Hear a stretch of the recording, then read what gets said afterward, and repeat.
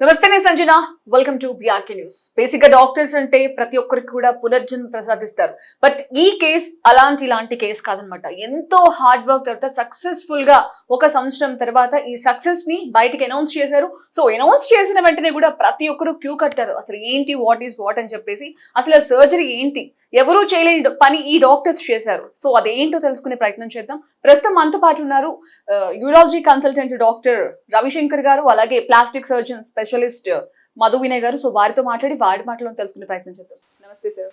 నమస్తే sir. First of all congratulations. So successful గా ఆ కేసుని ముందుకు తీసుకొచ్చి ఈ రోజు అందరికీ తెలిసేలా చేశారు. సో ఏంటి సార్ అసలు ఈ బాబుకి మామూలుగా ముస్లిమ్స్ రిచువల్ సర్కంసేషన్ అంటే వాళ్ళ రిలీజియన్ లో ఉంటుంది కాబట్టి సుంతి ఆపరేషన్ అనేది అందరూ ముస్లిమ్స్ అందరూ చేయించుకుంటారు.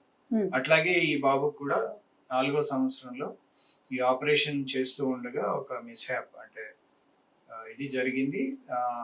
ఆయన ఆర్గన్ అంతా పూర్తిగా పురుషాంగం పూర్తిగా తెగిపోయింది. ఆ తెగిపోయిన బ్లీడింగ్ కి దాన్ని ఆపడానికి వాళ్ళు మందులు, అవి చెట్ల మందులు కానీ అవి అంతా వేయడం వలన ఇన్ఫెక్షన్ వచ్చి ఉండేది కూడా ఇంకా పూర్తిగా పోయి ఇంకా ఎక్కువ డ్యామేజ్ అయిపోయి కంప్లీట్ గా పోయింది. అట్లాగే కష్టపడుతూ మూత్రం పోస్తా ఉన్నాడు. 17వ సంవత్సరం వచ్చేటప్పటికి ఆ మూత్రం కూడా ప్రాబ్లం వచ్చి అది పూర్తిగా ఆగిపోయింది. సో 4 years లో జరిగింది. ఇప్పుడు 17 years వరకు దాన్ని ఎలా ప్రొలాంగ్ తీసుకుని వచ్చారు. ఓకే. సో ఆ 17వ ఏట మూత్రం పూర్తిగా ఆగిపోయేటప్పటికి అక్కడ లోకల్ గా వాళ్ళ దేశంలో ఉండే డాక్టర్స్ చూసి కృత్రిమంగా కింద నుంచి బీర్జాలకి మోషన్ వచ్చే పైప్ కి మధ్యలోంచి దారి తయారు చేసి మూత్రం అక్కడి నుంచి వచ్చేటట్టు తయారు చేసి ఆ బాబుని సెట్ చేశారు అక్కడ వాళ్ళకి వీలైనంత. అక్కడి నుంచి ఆ పరిస్థితిలో ఆ బాబు మా దగ్గరికి వచ్చాడు. మేము ఇక్కడ అన్ని పరీక్షలు అన్ని చేసుకొని చూసి పూర్తిగా అంగం తెగిపోయింది, దాన్ని ఎట్లాగ మనం మళ్ళీ తయారు చేయాలి అనేది నేను మధు వినయ్ డాక్టర్ గారు ఆలోచించి దాన్ని ఎట్లా చేయాలి అని అంతా తెలుసుకొని చూసుకొని మేము ప్రొసీజర్ కి ప్లాన్ చేసామండి. ప్రొసీజర్ లో మూత్ర నాళాన్ని రిపేర్ చేసాము. ఓపెన్ చేసిన తర్వాత లోపల పెద్దగా రాళ్ళు ఉన్నాయి. ఆ స్టోన్స్ వల్ల ఆయనకి మూత్రం ఆగిపోయింది. కానీ వాళ్ళకి అక్కడ తెలియక కింద నుంచి మళ్ళీ వేరే దారి తయారు చేశారు. ఓకే. అంటే డాక్టర్స్ ఎవరు కన్సల్ట్ చేయకుండా వీళ్ళే తీసుకున్నారా, లేదంటే డాక్టర్స్ కూడా చెక్ చేసి అలా చేయలేదా? అంటే అక్కడ వాళ్ళ దేశంలో ఉండే డాక్టర్స్ కి వాళ్ళకు ఉండే ఫెసిలిటీస్ కి అవి చూసుకొని వాళ్ళ దీంట్లో వాళ్ళకి వీలైంది వాళ్ళు చేశారు అక్కడ. ఇక్కడికి వచ్చిన తర్వాత మేము ఆ స్టోన్స్ అన్ని తీసేసి తర్వాత మళ్ళీ మూత్రనాళాన్ని అంతా సెట్ చేసి అంగం చాలా చిన్నగా ఇంత సైజ్ లోనే మిగిలిపోయింది. మిగతాదంతా అంటే లైక్ ఆ ఏజ్ నుంచి ఏజ్ వరకు వచ్చేసరికి ఇంకా అది తగ్గుకుంటూ వచ్చేసిందా? లేదు, అసలు మామూలుగా సర్జరీ దాని తర్వాత వచ్చిన ఇన్ఫెక్షన్స్ వల్ల అట్లా అయిపోయింది. ఓకే. సో అక్కడి నుంచి మేమంతా సెట్ చేసి తర్వాత మధు వినయ్ గారికి ఆ కేస్ ని హ్యాండ్ ఓవర్ చేసాం అనమాట. సో అది ఎట్లా తయారు చేశారు అనేది తను చెప్తారు. అంటే యూరిన్ బ్లాడర్ నుంచి యూరిన్ బయటకు రావాలి. ఆ వెయిన్ మొత్తం సార్ వాళ్ళు క్రియేట్ చేశారు. స్టోన్స్ చేశారు. ఎక్స్టర్నల్లీ తీసుకొచ్చాం అనమాట. సో మనం ప్లాస్టిక్ సర్జరీ సైడ్ నుంచి మేము మొత్తం టోటల్ ఆర్గాన్ రికన్స్ట్రక్ట్ చేసాము. అది ఎలా రికన్స్ట్రక్షన్ టెక్నిక్ ఉంటుంది. ఫోరామ్ ఫ్లాప్ అని రేడియల్ ఫోరామ్ ఫ్లాప్. సో చెయ్యి మీద చర్మం మొత్తం తీసుకుంటాం. స్కిన్ దాని ఫ్యాట్ కింద దాని స్కిన్ సప్లై చేసే నర్వ్స్ సర్వైవ్ అవ్వడానికి బ్లడ్ వెజల్స్ తీసుకొని ఒక చిన్న స్ట్రిప్ వదిలేస్తాం. 3 centimeters స్ట్రిప్ వదిలేస్తాం. సో దట్ హ్యాండ్ కి ఏమి స్వెల్లింగ్ కానీ లింఫెడిమా అంటారు ఆ కండిషన్స్ కానీ రాకుండా ఉండడానికి తీసుకుంటాం. ఈ స్కిన్ తీసుకుంటాం కదా, ఈ స్కిన్ ని మనము షేప్ ఇంటూ పెనిస్ షేప్ అంటే పెనిస్ అంటే ఎలా అంటే ట్యూబ్ లాగా ఉంటుంది. సో యూరిన్ బయటికి రావడానికి ఆ ట్యూబ్ ఉంటుంది. ఆ పైన మొత్తం కవర్ ఉండి ఇంకో ట్యూబ్ లాగా. సో అది చేసుకొని టిష్యూ సర్వైవ్ అవ్వాలంటే ఈ బ్లడ్ సప్లై మళ్ళీ జాయిన్ బ్లడ్ వెసల్స్ కూడా మీరే అటాచ్ చేస్తారు. సో మైక్రో సర్జికల్ టెక్నిక్ ఉంది. ప్లాస్టిక్ సర్జరీలో ఒక భాగం అన్నమాట మైక్రోవాస్కులర్ సర్జరీ అనేది. సో దీంతో ఏం చేస్తే ఈ ఆర్గాన్ తీసుకెళ్లి కడుపు దగ్గర పొజిషన్ లో పెట్టేసి కడుపు దగ్గర ఉన్న వెజల్స్ తోటి జాయిన్ చేసాం అన్నమాట. సో మైక్రోస్కోప్ యూజ్ చేసి ఆ వెజల్స్ ని జాయిన్ చేసాం. జాయిన్ చేయడం వల్ల దాని బ్లడ్ సప్లై సెట్ అయ్యి ఆర్గాన్ అనేది సర్వైవ్ అవుతుంది. And one more thing is కింద నర్వ్స్ ఉంటాయి కదా, సెన్సేషన్స్ డెవలప్ అవడానికి ఆ పేషెంట్ కి ఆల్రెడీ ఒక చిన్న స్టంప్ ఉంది. అక్కడ సర్చ్ చేస్తే నర్వ్స్ దొరికాయి మాకు. ఆ నర్వ్స్ తోటి కనెక్ట్ చేసాం డార్సల్ పెరల్ నర్వ్స్. సో వాటితో కనెక్ట్ చేసాం. సో ఇప్పుడు మళ్ళీ కాస్మెటికల్లీ అది నార్మల్ షేప్ కనిపించాలి కాబట్టి కొన్ని టచ్అప్స్ ఉంటాయి, గ్లాన్స్ క్రియేట్ చేయడం అట్లా, సో అదంతా చేసాం. సో ఫర్దర్ గా ఫ్యూచర్ ఎటువంటి కాంప్లికేషన్స్ ఏం రావా? అంటే దీనికి 1 year నుంచి జరుగుతోంది ప్రొసీజర్. సో సక్సెస్ఫుల్ గా ఇప్పుడు అయ్యి అవుట్పుట్ బయటకు వచ్చింది. సో ఫర్దర్ గా ఎటువంటి కాంప్లికేషన్స్ కానీ ఫ్యూచర్ లో పెయిన్స్ కానీ, ఇప్పుడు ఆల్రెడీ మీరు చెప్పారు వాళ్ళు ప్రాపర్ గా చేయకపోవడం వల్ల ఇన్ఫెక్ట్ అయ్యి ఇంత ప్రొలాంగ్ అయిందని చెప్పేసి. అంటే సర్జరీ అయిన తర్వాత పేషెంట్ గా స్టోన్స్ ఉండడం వల్ల కొద్దిగా ఇన్ఫెక్షన్స్ అవి ట్రబుల్ అయ్యారు పేషెంట్. సో చిన్న హోల్స్ ఫామ్ అవడం అలా అయ్యాయి. సో సార్ వాళ్ళు కలిసి డీల్ చేసి వాటిని క్లోజ్ చేసేసారు, మళ్ళీ ఆ ఇన్ఫెక్షన్ కూడా కంట్రోల్ చేసేసారు. అండ్ తర్వాత ఇప్పుడు ఓవరాల్ గా 1.5 year అట్లా అయిపోయిన తర్వాత ఇంకే కాంప్లికేషన్స్ లేవు అన్నప్పుడు ఇంప్లాంట్స్ అనేవి అమర్చారు. సో ఇప్పుడు తనది 17 years ఏజ్. ఇన్ ఫ్యూచర్ తను పెళ్లి చేసుకుంటే ఎటువంటి కాంప్లికేషన్స్ వచ్చే ఛాన్స్ ఉంది? అంటే లైక్ ఇప్పుడు ఈవెన్ కిడ్స్ ప్లాన్ చేయాలన్నా సో ఫర్దర్ గా ఎట్లా ఉండబోతోంది అసలు? అంటే పూర్తిగా మనం 1 year వెయిట్ చేసింది ఎందుకంటే యూరిన్ పైప్ ఏదైతే మనం తయారు చేసామో దాన్ని కింద ఉండే తన నార్మల్ పైప్ కి ఎక్కడైతే అటాచ్ చేసామో ఆ ఏరియాస్ అన్ని సేఫ్ గా నార్మల్ గా ఉన్నాయా లేదా, అవి ఏమన్నా దగ్గరకు వస్తాయా అనే దానికోసమే వెయిట్ చేసాము. సో ఏంటంటే ఒక చిన్న రంధ్రం ఒకటి పడింది మనం తయారు చేసిన కొత్త ట్యూబ్ లో. సో దాన్ని రిపేర్ చేసాము. తర్వాత ఈ ఎక్కడైతే జాయిన్ చేసామో ఆ ఏరియా కూడా నేరో అయింది, మళ్ళీ అక్కడ మళ్ళీ సర్జరీ చేసి దాన్ని కూడా మళ్ళీ సెట్ చేసాము. ఇవన్నీ అయిన తర్వాత తను ఫ్రీగా మూత్రం పోస్తున్నాడు, ఇంకేం ప్రాబ్లం రాదు అన్నప్పుడు అప్పుడు నెక్స్ట్ సంసార జీవితానికి పనికి వచ్చేటట్టు ఆర్గన్ లో ఎరెక్షన్ వచ్చేటట్టు సిలికాన్ రాడ్స్ అమర్చాం అన్నమాట. అది లాస్ట్ సర్జరీ అయింది. సో ఇప్పుడు ఈ సిలికాన్ రాడ్స్ అమర్చిన తర్వాత ఇప్పుడు తను పెళ్లి చేసుకోవచ్చు, పిల్లల్ని కనొచ్చు, ఇవన్నీ చేయడానికి పాసిబిలిటీ ఉంటుంది. సో ఇప్పుడు తనకి ఎటువంటి కాంప్లికేషన్స్ వచ్చినా అంటే తను మీ అబ్జర్వేషన్ లోనే ఉంటారా కొన్నాళ్ళంటే? లైక్ మీరు మీ ప్రికాషన్స్ ఏవైతే ఉన్నాయో మెడిసిన్స్ ఇవన్నీ కూడా మనం చేసిన ఈ వెయిటింగ్ పీరియడ్ అంతా ఏంటంటే మా అబ్జర్వేషన్ కోసం. ఓకే. సో ఇప్పుడు ఇంకా 1 month అయింది ఈ సర్జరీ చేసి. నౌ హీఈస్ ఓకే, పెయిన్ అదంతా తగ్గిపోయింది, అంతా నార్మల్. సో అందరూ ఇప్పుడు నార్మల్ హ్యూమన్ బీయింగ్స్ ఎలా ఉన్నారో తను కూడా ఇప్పుడు అన్ని తన యాక్టివిటీస్ అన్ని తను చేసుకోవచ్చు. సో బేసిక్ గా అథ్లెట్స్ ఉంటారు, ఎవరైనా గేమ్స్ అట్లాంటి ఫిజికల్ యాక్టివిటీస్ చేసే వాళ్ళు ఉంటారు. సో అటువంటి వారికి ఏమైనా బరువు పనులు చేసినా కూడా ఏమైనా పెయిన్ రావడం అట్లాంటివి ఏమైనా ఉంటాయా? బాబు నార్మల్ పర్సన్ లాగే అన్ని పనులు చేసుకోవచ్చు, ఎవ్రీథింగ్ విల్. సో బేసిక్ గా మనం ఈ సిచ్యువేషన్ ని ట్రాన్స్జెండర్స్ లో వింటూ ఉంటాం, mail to female, female to mail మారడానికి. సో అది కష్టంగా ఉంటుందా, ఇది కష్టంగా ఉంటుందా? ఇదే టఫ్ గా ఉంటుంది అయిందమ్మా, ఎందుకంటే ఇందులో మనం రిపీటెడ్ సర్జరీస్ చేయాల్సి వచ్చింది. స్టోన్స్ గురించి అదంతా మళ్ళీ కింద యూరిన్ పైప్ అంతా డ్యామేజ్ అయిపోయింది, అదంతా మళ్ళీ రిపేర్ చేయడానికి ఇదే టఫ్ అయింది. ట్రాన్స్జెండర్స్ కంటే మామూలుగా ఫీమేల్ టు మేల్ కన్వర్షన్స్ వాళ్ళకి సర్జరీ చేస్తుంటాం అన్నమాట. అంతమంది రారు, తక్కువ మంది వస్తారు. సో బేసిక్ గా కొంతమందికి ఇట్లాంటి ప్రాబ్లమ్స్ ఉన్నా కూడా షై ఫీలింగ్ ఉంటుంది. ఫస్ట్ ఆఫ్ ఆల్ కన్సల్ట్ చేయరు. ఇప్పుడు మీరు అన్నారు కదా చెట్టు వైద్యం, సంథింగ్ నాటు వైద్యాలు ఏవో ఒకటి చేస్తూ ఉంటారు. అది ఎటువంటి ఇంపాక్ట్ చూపిస్తుంది, ఎట్లా ఇన్ఫెక్ట్ అవుతుంది అసలు నెగ్లెక్ట్ చేయడం వల్ల, హాస్పిటల్కి వెళ్ళకపోయి చూపించుకోకపోవడం వల్ల? ఇప్పుడు ఆల్రెడీ తను నెగ్లెక్ట్ చేశాడు, ఆల్రెడీ అక్కడ డాక్టర్స్ ఏదో సంథింగ్ సర్జరీ ఎక్కడో చేయాల్సింది చేశారు, సో దానివల్ల ఒక పైప్ వేయాల్సి వచ్చింది. సో ఇన్ ఫర్దర్ గా ఎవరికైనా ఇటువంటి కాంప్లికేషన్స్ కానీ ప్రాబ్లమ్ కానీ ఉంటే వాళ్ళు ఏం చేయాలి అసలు? అంటే బేసిక్ గా ఇట్లాంటి కాంప్లికేషన్స్ మనం అవాయిడ్ చేయాలి.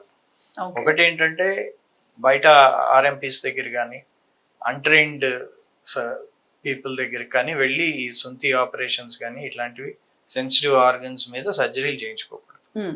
అదొకటి. రెండవది ఏంటంటే మిషనరీ ఆపరేటర్స్ వాళ్ళ దగ్గర కూడా ఈ యాక్సిడెంట్స్ అవి చూస్తుంటాం. రన్నింగ్ మిషనరీ దగ్గర క్లోజ్ గా కేర్లెస్ గా ఉంటే కూడా ఇట్లా పెన్నిస్ ని మిషన్ లోపలికి లాగేయటము ఇట్లాంటివి కూడా చూస్తుంటాం. మూడోది ఏంటంటే మన వాళ్ళు సరిగ్గా క్లెన్లీనెస్ మెయింటైన్ చేయక, మేల్ ఆర్గన్ ని సరిగ్గా క్లీన్ గా పెట్టుకోక, రోజు వాష్ చేయకుండా ఉండడం వలన ఫినైల్ క్యాన్సర్స్ అంటే అంగానికి క్యాన్సర్ వస్తుంది. ఆ టైంలో కూడా ఈ అంగాన్ని తీసివేయాల్సి వస్తుంది. ఒక్కొక్కసారి పూర్తిగా తీసేస్తారు, ఒక్కొక్కసారి చిన్న స్టంప్ మిగులుతుంది. అట్లాంటి వాళ్ళకి కూడా ఈ సర్జరీ చేసి మనం నార్మలైజ్ చేయొచ్చు. సో ఏంటంటే ఇవన్నీ రాకుండా మనం చూసుకోవాలి.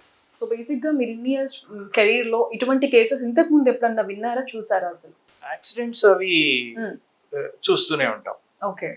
మేజర్ యాక్సిడెంట్స్ లో కానీ ఒక్కొక్కసారి బైక్ మించి ఫ్లాట్ గా కింద పడిపోతే ఆర్గన్స్ డ్యామేజ్ అయిపోవటం అట్లాంటివి కామన్ గా చూస్తుంటాం. ఇట్లా సర్జికల్ గా అయిన యాక్సిడెంట్స్ అవి కొంచెం తక్కువ. ఇవాళే ఒక చిన్న బాబు వచ్చాడు, ఓకే. తనకు కూడా ఇట్లా బయట ఎక్కడో ఆర్ఎంపీ దగ్గర సుంతి ఆపరేషన్ చేసుకోవటం వల్ల ఆర్గన్ డ్యామేజ్ అయింది. ఓకే. సో వీలైనంత మటుకు బాగా ట్రైన్డ్, తర్వాత మంచి సర్జన్ దగ్గరికి వెళ్ళి ఈ సుంతి ఆపరేషన్లు ఇవి చేయించుకోవటం మంచిదని నా. ఓకే. సో బేసిక్ గా చాలా మంది ఏదైనా పెయిన్స్ వచ్చినా, సంథింగ్ ఏదైనా ఇన్ఫెక్షన్స్ వచ్చినా కూడా ఏవి పడితే అవి యూజ్ చేస్తారు, ఆర్ఎంపీని కన్సల్ట్ చేస్తారు. సో ప్రాపర్ హైజీన్ మెయింటైన్ చేయరు. అటువంటి వారికి ఏం చెప్తారు? మామూలుగా ఏదైనా కోల్డ్, కాఫ్ ఇట్లాంటి దానికి మామూలుగా వెళ్తూ ఉంటారు విలేజెస్ లో, ఎందుకంటే వాళ్ళకి డాక్టర్స్ వాళ్ళు ఫెసిలిటీస్ లేవని. బట్ కంప్లీట్ గా ఇంక అన్నిటికీ వాళ్ళని బిలీవ్ చేయటం అనేది కరెక్ట్ కాదు. సో దే హ్యావ్ టు, ఏదైనా ప్రాబ్లం ఉన్నప్పుడు మరి అది ఇంకా ఎక్కువ రోజులు సాగుతుంటే better to consult good surgeon or physician, మంచి ఫిజిషియన్. సార్ ఇప్పుడు మీరు హ్యాండ్ లోంచి ఈ ఫ్లెష్ తీసి అక్కడ పార్ట్ ని తయారు చేసామని చెప్పన్నారు కదా, సో బేసిక్ గా మళ్ళీ ఇక్కడ స్కిన్ ఫామ్ అవడానికి ఎంత టైం పడుతుంది అసలు? బేసిక్ ఇక్కడ నుంచి తీయాల్సిన అవసరం ఎందుకు? అంటే ఇక్కడ స్కిన్ అంటే 2 టెక్నిక్స్ మామూలుగా ప్రిస్క్రైబ్ ఉంటాయండి. స్కిన్ హ్యాండ్ నుంచి తీసుకోవచ్చు, థై నుంచి కూడా తీసుకోవచ్చు. ఓకే. కానీ హ్యాండ్ స్కిన్ అనేది చాలా థిన్ గా ఉంటుంది. సో దాన్ని మనం మోల్డ్ చేయడంలో వాటిలో కంఫర్టబుల్ ఈజీగా ఉంటుంది అనమాట. థై స్కిన్ అనేది చాలా థిక్ గా ఉంటుంది. సో విత్ ఫ్యాట్ గా అనేది చాలా థిక్ గా ఉంటుంది. సో దాన్ని మోల్డ్ చేసి ట్యూబ్ అన్నాను కదా, అలా చేసామంటే కానీ చాలా థిక్ గా వస్తుంది అనమాట. అంటే అబ్నార్మల్ గా కనిపిస్తుంది, నార్మల్ లాగా ఉండదు. సో పేషెంట్ కి అన్ని ఎక్స్ప్లెయిన్ చేస్తాం, 2 different techniques. So patient condition బట్టి వాటి బట్టి ఈ ఫ్రీ ఫ్లాప్ అనేది చేస్తాం అనమాట. ఓకే. సో అందుకే చేతిలో అందుకే తీసుకున్నాం. ఈ చర్మం తీసిన తర్వాత ఇంకా చర్మం ఉండదు పేషెంట్, మజిల్స్ అన్ని ఎక్స్పోజ్ అయిపోతాయి. దానికోసం గ్రాఫ్ట్ వేస్తాం. గ్రాఫ్ట్ అనేది కాస్మెటికల్లీ మేము కేర్ తీసుకుంటాం కాబట్టి మన ట్రాన్స్జెండర్స్ అలా చేసినప్పుడు కూడా సో బటక్ కింద నుంచి స్కిన్ తీసుకుంటాం అన్నమాట. సో అక్కడ కుట్లు వేసేస్తాం. సో బటక్ కింద ఒక లైన్ లాగా డిఫరెన్సెస్ ఉంటాయి. 2 హ్యాండ్స్ కి మళ్ళీ డిఫరెన్సెస్ కనిపిస్తుందా? కొద్దిగా ఉంటది, థిన్నెస్ అట్లా ఉంటది. అంటే ఫ్యాట్ అనేవి లేవు కదండి. సో థిన్నెస్ అట్లా ఉంటుంది. కానీ పేషెంట్ తర్వాత ఒకవేళ పేషెంట్ వాంట్ అగైన్ మేము ఫ్యాట్ గ్రాఫ్టింగ్ అని ఉంటుంది. ఫ్యాట్ గ్రాఫ్టింగ్ అంటే ఒక చోట నుంచి ఫ్యాట్ తీసుకొని దాన్ని కొద్దిగా ప్రాసెస్ చేసి మళ్ళీ ఫ్యాట్ ఇన్ఫిల్ట్రేట్ చేస్తాం. ఆ ఫ్యాట్ గ్రాఫ్టింగ్ చేయడం వల్ల కూడా నార్మల్ కొద్దిగా థిక్నెస్ పెంచుకోవచ్చు. సో ఇటువంటి ట్రీట్మెంట్స్ అనేవి చాలా ఎక్స్పెన్సివ్ ఉంటాయా? ఎక్స్పెన్సివ్ ఉంటాయండి. ఎందుకంటే చాలా మందికి చాలా ప్రాబ్లమ్స్ ఉంటాయి, బట్ ఎక్స్పోజ్ అవ్వలేదు. ఇఫ్ ఎక్స్పోజ్ అయినా కూడా అంత మనం ఎఫోర్డ్ చేయలేమనే సిచ్యువేషన్స్ కూడా ఉంటాయి. సో అటువంటప్పుడు ఏదైనా ఆర్ఎంపీ కానీ లైక్ ఫర్దర్ గా ఏమైనా వాళ్ళకి తోచిన వైద్యాలు వాళ్ళు చేస్తూ ఉంటారు. సో అటువంటప్పుడు ఎటువంటి ఇంపాక్ట్ పడే అవకాశం ఉంది సార్? అంటే చిన్న ఇష్యూస్ ఉన్నప్పుడే డాక్టర్ కేర్ఫుల్, అంటే ఆర్ఎంపీ దగ్గరికి వెళ్ళకుండా, అంటే first aid is fine with RMP. First aid minimal antibiotics ఆ ప్రిస్క్రిప్షన్ ఓకే. అంటే ఫర్దర్ కంప్లీట్ డిపెండ్ అవ్వకూడదు. ఏ డాక్టర్ దగ్గరికి వెళ్ళాలో ఆ దగ్గరికి వెళ్ళాలి. సో సర్జన్ దగ్గరకు వూండ్ ఉన్నప్పుడు సర్జన్ దగ్గరికి అలా వెళ్తే క్లీన్ చేయడం అట్లా. దాని తర్వాత సర్జన్ డిసైడ్ చేస్తారు దీనికి సూపర్ స్పెషలిస్ట్ కావాలి, యూరాలజిస్ట్ కావాలి, సర్జన్ కావాలి అంటే దీనికి సజెస్తారు. దాని తగ్గ ట్రీట్మెంట్ తీసుకుంటే ఈ ప్రివెంటివ్ గానే ఎక్కువ అయిపోతుంది. సో ప్రివెన్షన్ చేసేస్తాం కాబట్టి మేజర్ ఇంజరీస్ కాకుండా ఇన్ఫెక్షన్ కంట్రోల్ అయిపోయి ఇలా అవుతుంది. ఒకవేళ మేజర్ ఇష్యూస్ ఉన్నాయి అంటే థాట్ అవుట్ కానీ సర్జరీస్ ఉన్నాయి. ఎక్స్పెన్సివ్ అంటే దే కాస్ట్ అండి, అంటే లాంగ్ అవర్స్. అది ఒక సో అందరికి ఇదే క్వశ్చన్ మార్క్. ఇప్పుడు చాలా మందికి ఉంటుంది, ఇన్సూరెన్స్ ఉంటుందా, దీనికి ఈఎంఐస్ ఫెసిలిటీస్ ఉంటుందా, రాయితీ ఉంటుందా, ఏమైనా కార్డ్స్ ఏమైనా యాక్సెప్ట్ చేస్తారని చెప్పేసి కూడా చాలా మంది క్వశ్చన్ మార్క్ ఉంటుంది. సో అటువంటి వారికి ఏం చెప్తారు? Insurance reconstructive procedures insurance cover ఉంటుందండి. సో ఇంక్లూడెడా ఇది ఇప్పుడు ఈ టాపిక్ ఏదైతే ఉందో అది ఇంక్లూడెడా దానికి? పెనల్ రీకన్స్ట్రక్షన్ ఇంక్లూడ్ అవుతాయి. ఓకే. ఆల్ ప్లాస్టిక్ సర్జరీలో కాస్మెటిక్ ఇప్పుడు ఇంక్లూడ్ అవ్వవు ఇన్సూరెన్స్ లో. రీకన్స్ట్రక్టివ్ సర్జరీస్ కాబట్టి ఇంక్లూడ్ అవుతాయి. సో పేషెంట్ మా దగ్గర మామూలుగా ఈ పెనల్ కంప్లైంట్ అంటే యాక్సిడెంట్స్ తో, తర్వాత సైకాట్రిక్ పేషెంట్స్ అయితే కట్ చేసుకోవడము, లేదా అసాల్ట్ కేసెస్ కట్ చేసి గొడవలు జరిగినప్పుడు కట్ చేస్తారు, ఇట్లా వస్తారనమాట. వి ట్రై టు అప్పటికప్పుడు జాయిన్ చేసేకి ట్రై చేస్తాం. అప్పటికప్పుడు అయిపోతుంది. ఒకవేళ అది ఫెయిల్ అయ్యి లేదా పేషెంట్ మా దగ్గర రాలేకపోయేట్లయితే దెన్ ఈ ప్రాసెస్ కూడా చేయొచ్చు. సో అంటే మోస్ట్లీ పెనల్ క్యాన్సర్స్ ఇవన్నీ కూడా యంగ్ మేల్స్ లో వస్తూ ఉంటాయి. సో లైఫ్ లాంగ్ ఇంకా మోస్ట్లీ 30s లో వస్తుంది. 30s లో ఎక్కువ చూస్తాం ఇవి. సో ఆ తర్వాత లైఫ్ లాంగ్ మేల్ ఆర్గన్ లేకుండా అలా ఉండకుండా, so this is one solution అనమాట. సో పెనల్ రీకన్స్ట్రక్షన్ చేస్తాం, తర్వాత ఇంప్లాంట్స్ అవి వేసిన తర్వాత they can lead normal life. So ఇప్పుడు ఈ బాబు 4 years నుంచి 17 years కాబట్టి ఓకే సక్సెస్ఫుల్ గా అయింది. కొంచెం మిడిల్ ఏజ్ వాళ్ళు అయితే కొంచెం ఆ ఏజ్ వాళ్ళకి చేయడం ఇంత ఈజీగా అవుతుందా సార్? ఎవరికన్నా చేయొచ్చు అంటే మరీ లేట్ గా 60 years అట్లా అయితే కొంచెం కష్టము. బట్ స్టిల్ వాళ్ళకి డయాబెటీస్, షుగర్ అది లేకుండా ఉంటే చేయొచ్చు. ఓకే. సో వాళ్ళకి ఫర్దర్ గా బాడీలో ఎటువంటి హెల్త్ కాంప్లికేషన్స్ లేకపోతే ఈజీగా అవుతుంది. ఈవెన్ వాళ్ళు 10th తీసుకున్నా కూడా చేయడానికి కష్టం అవుతుంది. అంటే 60 సంవత్సరాలు పైబడిన వరకు అయితే కష్టం. అంటే కొంచెం రక్తనాళాలు అవి ఈ చేతి నుంచి మనకు వచ్చేవి కూడా రక్తనాళాలు చాలా సన్నగా ఉంటాయి. సో బాడీలో ఉండే వేరే రక్తనాళాలు మనం ఎక్కడైతే అటాచ్ చేయాలో అవన్నీ కూడా సన్నగా అయిపోవటము అట్లా అయితే కొంచెం రిజల్ట్స్ సరిగ్గా ఉంటుంది. సో ఆర్గన్ లేకుండా దానికి ఫర్దర్ గా ఏమైనా ఆల్టర్నేటివ్ సెటప్ అట్లాంటిది ఏమైనా చేస్తారా అయితే ఇప్పుడు అటువంటి సిచ్యువేషన్ వస్తే కనుక? అంటే మామూలుగా మూత్రం కింద నుంచి పాస్ చేసేటట్టు కనెక్షన్స్ అవి మామూలుగా అంగం తీసేసినప్పుడే ఆ సర్జరీస్ చేస్తారు. సో దాంతోనే వాళ్ళు ఉండాల్సి వస్తుంది. సో ఫర్దర్ గా ఇటువంటి కాంప్లికేషన్స్ వచ్చినా ఈవెన్ సఫర్ అవుతున్నా కూడా అటువంటి వరకు మీరు ఏం చెప్తారు? అంటే ఇప్పుడు సక్సెస్ఫుల్ గా చాలా మంది డాక్టర్స్ ఉన్నారు, బట్ ఈ కేసు మీరు స్టడీ చేసిన తర్వాత బ్యాక్ టు బ్యాక్ నాకు తెలిసి బ్యాక్ టు బ్యాక్ ఇంటర్వ్యూస్ ఇస్తూనే ఉన్నారు. దీని గురించి చాలా మంది స్టడీ చేశారు, బట్ మెడికవర్ హాస్పిటల్స్ లో మీట్ చేసిన దానికి చాలా ఇంత నేమ్ వచ్చింది. సో మీరు ఎలా ఫీల్ అవుతున్నారు, ఏమని చెప్తారు? అంటే చాలా రేర్ సర్జరీ అండి, చాలా రేర్ అండ్ రేరెస్ట్ సర్జరీ అని మోస్ట్లీ మాకు తెలిసి మన ఏపీ తెలంగాణలో ఇదే ఫస్ట్ టైం అనుకుంటా ఇట్లాంటి సర్జరీ జరగడం. So yeah we are proud and we have taken care. ఇంతకు ముందు ఎన్నోసార్లు ఇంటర్వ్యూ ఇవ్వమన్నా కూడా మేము ఎవరికి ఇవ్వలేదు, అన్లెస్ అది కంప్లీట్ గా మేము బాగా పర్ఫెక్ట్ గా పేషెంట్ నార్మల్ అయ్యాడు అని తర్వాతే ఇంటర్వ్యూ ఇవ్వడానికి ఒప్పుకున్నాం. So how you feeling sir? Successful output బయటకు వచ్చింది. సో 1.5 year హార్డ్ వర్క్ తర్వాత రిజల్ట్ చూసుకున్నట్టయితే అసలు హ్యూజ్ రెస్పాన్సెస్, అందరూ కూడా చాలా ప్రౌడ్ గా ఫీల్ అవుతున్నారు. అంటే ఎక్కడికో వెళ్ళి వేరే కంట్రీకి వెళ్ళి మనం చేయించుకోకర్లే, మన ఇండియాలోనే ఏపీ తెలంగాణలోనే మంచి డాక్టర్స్ ఉన్నారని చెప్పేసి మంచి నేమ్ కూడా వచ్చింది. సో మీరు ఎలా ఫీల్ అవుతున్నారు? ఫీల్ హ్యాపీ అండి, ఎందుకంటే పేషెంట్ లైఫ్ లాంగ్ సఫర్ అవ్వకుండా ఇప్పుడు మేల్ ఫీమేల్ మధ్యలో was between male and female, neither male కాదు ఫీమేల్ కాదు అన్నట్టు ఉంది. So now he can lead a normal male life. So ఆ పేషెంట్ హ్యాపీ కాబట్టి always doctor is happy when patient is happy. So patient ఇవన్నీ అయిపోయి solve అయిపోయి దానికి ఇష్యూస్ లేవు ఇంకా. So we are happy. సో దేవుడికి మొక్కుతారు, దేవుడి దగ్గర డాక్టర్స్ కి అందరూ మొక్కుతారు మా ప్రాణాలు కాపాడండి. సో మీరు జన్మ గది పునర్జన్మ ఇచ్చారని చెప్పుకోవచ్చా? సో చివరిగా ఏం చెప్తారు సార్? అంటే లైక్ ఇటువంటి హ్యూజ్ కేసెస్ చాలా ఉంటాయి, చాలా మంది నెగ్లెక్ట్ చేస్తూ ఉంటారు, సో ఎక్కడెక్కడికో వెళ్ళి ఎఫోర్డ్ చేస్తూ ఉంటారు డబ్బులు. సో అటువంటివి ఏమీ లేకుండా మన ఇండియాలోనే హైదరాబాద్ లోనే ఇటువంటి సర్జరీస్ ఉన్నాయి. సో ఏం చెప్తారు వారికి? Prevention is always better than cure అని. సో ఎప్పుడైనా సరే ప్రివెన్షన్ కి ట్రై చేయాలి, ఆ ప్రాబ్లం రాకుండానే చూసుకోవాలి. సో చిన్న ఇష్యూస్ ఉన్నా, ఇన్ఫెక్షన్స్ ఉన్నా, చేయి ఒకవేళ సర్కంసిషన్ అయింది, చిన్న సర్జరీ అయింది, ఇన్ఫెక్షన్స్ వచ్చినా ఇమీడియట్లీ ఒక ప్రాపర్ డాక్టర్ ని కలవాలి. సో యాంటీబయాటిక్స్ స్టార్ట్ చేసుకుని ఇన్ఫెక్షన్ కంట్రోల్ చేసుకుని చేసుకోవచ్చు. తర్వాత ఈ సర్జరీస్ టెక్నిక్స్ ఉన్నాయి, సో చాలా వరకు తెలియదు. సో ఈవెన్ క్యాన్సర్ రికన్స్ట్రక్షన్ తర్వాత ఉంటాయి. ఇప్పుడు బ్రెస్ట్ క్యాన్సర్స్ ఉంటాయి, బ్రెస్ట్ తీసేస్తారు. So there are many techniques to reconstruct them. అలాగే పెనల్ రికన్స్ట్రక్షన్స్, ఇవి జనాలకి తెలియకుండా అవేర్నెస్ లేదు. సో ఇప్పుడు బ్రెస్ట్ క్యాన్సర్ చేసుకుంటారు యంగ్, అంటే 30s లో అట్లానే ఇంకా లైఫ్ లాంగ్ బ్రెస్ట్ లేకుండా. సో సోషల్ ఉంటది, ఎంత చెప్పుకోలేకపోయినా ఉంటది. సో సఫర్ అవుతూ ఉంటారు, బట్ ఎవరికి చెప్పుకోరు. సో బెటర్ ఇవన్నీ అవేర్నెస్ ఉన్నప్పుడు రీకన్స్ట్రక్షన్ ఆప్షన్స్ ఉన్నాయి. నియర్ నార్మల్ కు వచ్చేస్తారు. సో ఇవన్నీ యూటిలైజ్ చేసుకోవాలి. ఇన్సూరెన్స్ కవర్స్ కూడా ఉంటాయి వీటన్ని. సో హాస్పిటల్స్ కానీ ఎవరైనా సరే ఇనిషియేటివ్ గా తీసుకుని వీటి మీద అవేర్నెస్ క్రియేట్ చేస్తే ఎలా ఉంటుందంటారు? బేసిక్ గా ఫర్దర్ గా ఇప్పుడు చాలా మందికి నాలెడ్జ్ లేదు, నాలెడ్జ్ లేని వాళ్ళు చాలా మంది ఉన్నారు, అవేర్నెస్ కూడా ఏది లేదు. ఇప్పుడు ఇటువంటి ఇనిషియేటివ్ గా తీసుకుని ముందుకు వస్తే ఎంత బాగుంటుంది అంటారు? ఆల్వేస్ గుడ్ అండి, ఎందుకంటే ఇప్పుడు బ్రెస్ట్ రికన్స్ట్రక్షన్ చెప్పాను. సో బ్రెస్ట్ అవేర్నెస్, క్యాన్సర్ అప్పుడు అవేర్నెస్ కోసం చేస్తూ ఉంటారు, but it has to be more aggressive. ఇలా అన్నమాట. అంటే ఫీనైల్ క్యాన్సర్ అవేర్నెస్ ప్రోగ్రామ్స్ అట్లాంటివి కూడా చేస్తుంటారు, బట్ ఏంటంటే ఇట్లా సర్జరీ అయిన తర్వాత మళ్ళీ ఆర్గన్ ని రీకన్స్ట్రక్ట్ చేయవచ్చు అనేది కూడా మనం చాలా మంది డాక్టర్స్ కూడా చెప్పరు పేషెంట్ కి. బేసిక్ గా ఇటువంటి కేసెస్ అనేవి చాలా రేర్ అండ్ రేరెస్ట్. అంటే ఎక్కడికో వెళ్ళి ఎక్కడికో చూపించుకుంటారు, ఎఫోర్డ్ చేస్తారు, బట్ ఇక్కడే మనకున్నాయి అన్ని అవైలబుల్ గా, మనం ఇక్కడే చేయించుకోవచ్చు, ఇక్కడ కూడా మనకు సక్సెస్ రేట్ ఉందని చెప్పేసి కూడా ఎవరు గుర్తించారు.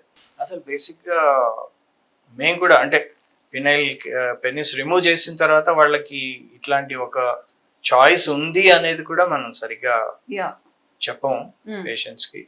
So I think future it will develop. అందరూ ఫ్రమ్ నౌ ఆన్ మేబీ మా డాక్టర్స్ కూడా చెప్తారేమో. Thank you so much sir. Thanks a lot.